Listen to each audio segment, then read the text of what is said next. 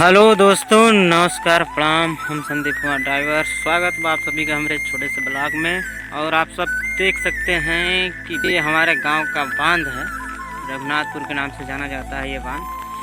और इसका जल स्तर बहुत काफ़ी बढ़ चुका है पहले से। हालांकि इसका निकासी हुआ है, जल स्तर बढ़ने के अंतराल ये छलका बनाया जाता है बांधों पर, जो कि पानी क्रॉस कर जाए। हमारे इस बांध में गेट तो नहीं लगा है, मगर छलका बनाया गया है। और 48 घंटा जो है कि हमारे यहाँ मंदिरों पर दो जगह मंदिर है। ये विष्णु भगवान का मंदिर है और एक इधर कपर पुटुआ बा जो है कि शंकर जी का मंदिर है। 48 घंटा हर कीर्तन कराया गया, जो है कि हर साल कराया जाता है। हर कीर्तन के बाद जो बारिश चालू होती है वो देखने योग्य होती है।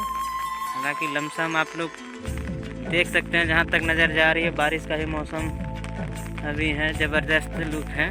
चोपन नदी उफान पर थी, इलाहाबाद नदी उफान पर थी, बनारस नदी जो है कि उफान पर थी। बनारस में पानी घुस गया था मकानों में।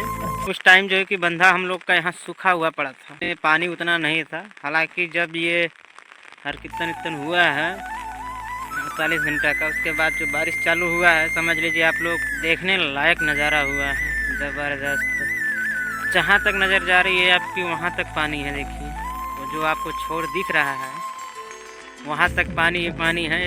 हालांकि हर तरफ से पानी आता है इसमें। इधर जितना ऊंचाई दिख रहा है आप लोग को, सब तरफ से पानी आता है इधर, जहाँ तक कैमरा घूम रहा है। तो अच्छी बात है, आप लोग भी मज़ा लीजिए, आनंद लीजिए ठंडी का और बरसात का। हालांकि गर्मी भी बहुत थी, चैन सुकून नहीं मिल रहा था, मच्छर भी बहुत ज़्यादा लग रहे थे।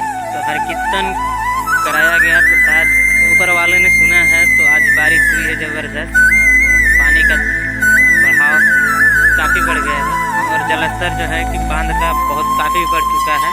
और ये जो खेती दिख रही है आप लोग को, जो साइड में खेती होती है, ये खेती हालांकि उम्मीद है कि बच जानी चाहिए।